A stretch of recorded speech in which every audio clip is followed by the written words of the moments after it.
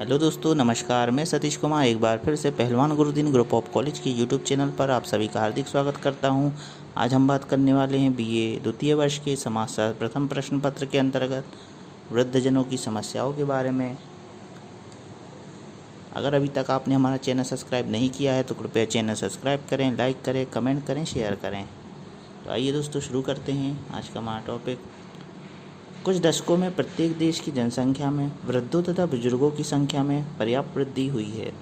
साथ ही उनके प्रति समाज का दायित्व भी बढ़ा है। वृद्धावस्था को विश्व स्तर पर एक सामाजिक, आर्थिक एवं मानवीय मामला समझा जाने लगा है। संयुक्त राष्ट्र संघ ने यह मामला सबसे पहले सन 1948 ईस्वी में उठाया था। इसके बाद सन 1982 ईस्वी में वियना में वृद्धावस्था के संबंध में एक विश्व सम्मेलन आयोजित किया गया। जनसंख्या में वृद्धों की बढ़ती हुई संख्या को ध्यान में रखते हुए सन 1919 में बुजुर्गों के सम्मान में अंतर्राष्ट्रीय वृद्ध वर्ष घोषित किया गया। भारत ने भी वर्ष 2000 को राष्ट्रीय वृद्ध वर्ष के रूप में मनाने का निश्चय किया। सन 1901 ईस्वी में 60 वर्षों से अधिक उम्र की आबादी का आकलन 1.2 करोड़ लोगों पर किया गया था, जो सन 1951 में बढ़कर 5.1 करोड़ हो गया। सन 2000 ईस्वी में 60 वर्ष से अधिक आबादी 7.57 करोड़ तथा सन 2025 में 14.61 करोड़ होने का अनुमान लगाया गया है। इस देश में 80 वर्ष से अधिक आयु वर्ग वाले लोगों की संख्या 36.3 लाख तथा सन 2050 ईस्वी तक 106 करोड़ तक हो जाने का अनुमान है। यहाँ यह प्रश्न उठता है कि वृद्धावस्था वास्तव में क्या है, इसका प्रारंभ कब होता है। ऑक्सफोर्ड डिक्शनरी के अनुसार सामान्य जीवन के परवर्ती काल को वृद्धावस्था कहा जाता है। वृद्धावस्था के निर्धारित तथा इनमें से प्रथम जीव वैज्ञानिक तथा द्वितीय कालाक्रमिक है। जीव वैज्ञानिक दृष्टि से सामान्यतः वृद्ध होने के समय में शरीर ढांचे तथा कार्यप्रणाली में क्रमशः परिवर्तन होते हैं जिन्हें बदला नहीं जा सकता। बीमारियां एवं अन्य कई कारणों की वजह से सभी लोगों में वृद्धावस्था संबंधी परिवर्तन सामान्यतः दिखाई देते हैं। एक अवस्था में पश्चात आयु में बढ़ोतरी के साथ साथ मृत्यु की संभावनाएं भी बढ़ती लगती है। आधुनिक समय में हम कालक्रमिक उम्र को, अर्थात जितना समय व्यक्ति ने जी लिया है, इसे वर्षों में जोड़कर वृद्धावस्था का सामाजिक सूचक मानते हैं। वर्तमान समय में जीवन प्रत्याशा के बढ़ने से वृद्धों की आयु में लगातार वृद्धि होती जा रही है। वृद्धों की आमदनी का कोई नियमित साधन सामान्यतः नहीं होता, अर्थात उन्हें प्रोविडेंट फंड, ग्रेच्युटी, चिकित्सा तथा बीमा की सुविधा उपलब्ध नहीं है तथा औपचारिक या अनौपचारिक रूप से सेवानिवृत्ति के बाद उनके लिए कोई सामाजिक सुरक्षा नहीं है। लगभग 80% बुजुर्ग ग्रामीण क्षेत्रों में रहते हैं तथा वहां स्वास्थ्य की देखभाल एवं इससे संबंधित अन्य सुविधाएं सीमित मात्रा में ही प्राप्त है। वृद्ध लोगों से करीब 33% लोग गरीबी रेखा के नीचे जीवन बिता रहे हैं, जबकि अन्य 33% लोग इस रेखा से थोड़ा सा ऊपर जीवन जी रहे हैं। निम्न आय वर्ग के करीब 66% बुजुर्गों की आर्थिक स्थिति काफ़ी कमज़ोर है। इसका मुख्य कारण आजीविका की असुरक्षा है। यह असुरक्षा वृद्धावस्था की बीमारियों, शारीरिक अक्षमताओं, लाभप्रद गतिविधियों में अवसरों की कमी, परिवार में सहयोग न मिलना, बहुत कम सहयोग मिलना आदि कारणों से भी लगाया गया है। वृद्ध महिलाओं की स्थिति तो और भी अधिक चिंतनीय है। बुजुर्गों में से 48.2% महिलाएं हैं तथा आने वाले कुछ वर्षों में भारत की वृद्ध आबादी में महिलाओं की संख्या पुरुषों से अधिक हो सकती है। भारत में बुजुर्ग महिलाओं को 3 प्रकार की कठिनाइयों का सामना करना पड़ता है, जिसके अंतर्गत पहला पितृसत्तात्मक समाज व्यवस्था में वे महिलाएं हैं, दूसरा आर्थिक दृष्टि से दूसरों पर निर्भर हैं एवं बुजुर्ग है, और तीसरा यदि वे विधवा भी है तो उनके लिए कठिनाइयाँ और भी बढ़ जाती है। अब बात करते हैं दोस्तों वृद्धों की प्रमुख समस्याओं के बारे में।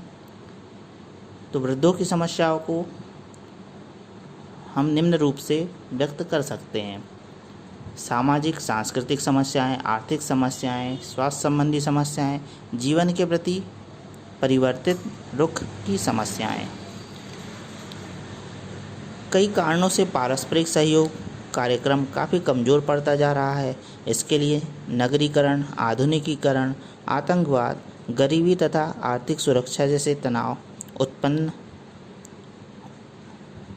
होते हैं। प्रौढ़ आश्रितता के अनुपात में दिनों दिन वृद्धि होती जा रही है। पुरुषों की तुलना में स्त्रियों का आश्रयता अनुपात अधिक है।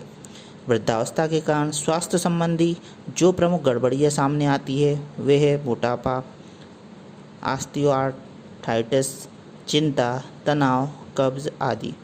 धूम्रपान अथवा कोई अन्य नशा करने वाले व्यक्ति को कई प्रकार की बीमारियां वृद्धावस्था में घेर लेती है। कई बीमारियों को नियंत्रित किया जा सकता है।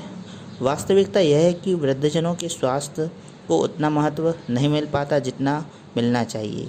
ग्रामीण क्षेत्रों में बुजुर्ग स्वयं प्राथमिक स्वास्थ्य केंद्र तक नहीं पहुंच पाते हैं। बीमार वृद्ध व्यक्तियों के लिए तो वहां तक पहुंचना और भी कठिन हो जाता है। ऐसे क्षेत्रों में गैर सरकारी संगठन चल स्वास्थ्य इकाइयों के माध्यम से बुजुर्ग की स्वास्थ्य संबंधी समस्याओं को हल करने में काफ़ी योगदान मिला है। कई इकाइयाँ अप्रभावग्रस्त एवं अपेक्षित उन बुजुर्गों की सहायता करती है जिनके पास आर्थिक साधनों का अभाव है और जो स्वयं चल फिर नहीं सकते।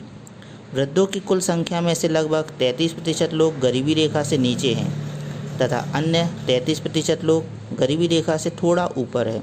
ऐसे लोगों के लिए आर्थिक सुरक्षा की स्थिति बनी रहती है।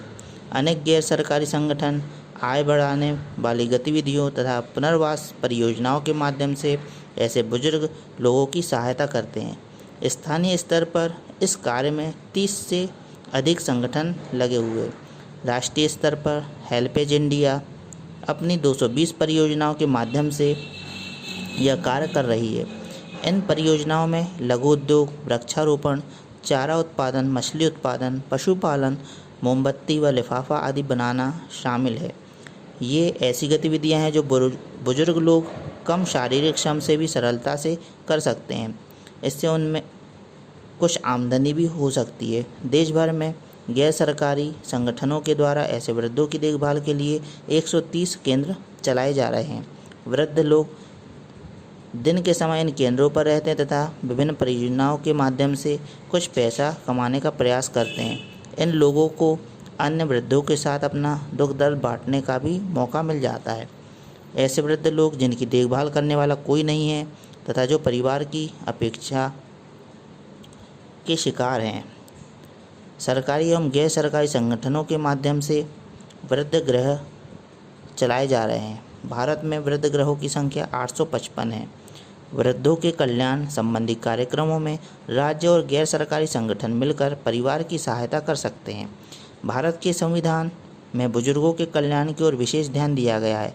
अनुच्छेद 41 में राज्य के नीति निर्देशक तत्वों में बतलाया गया है कि राज्य वृद्धों के कल्याण की व्यवस्था करेगा। इसके अतिरिक्त गोद लेने तथा भरण पोषण संबंधी सन 1956 ईस्वी में कानून में बुजुर्गों के लिए कानूनी आधार पर संरक्षण की व्यवस्था की गई है।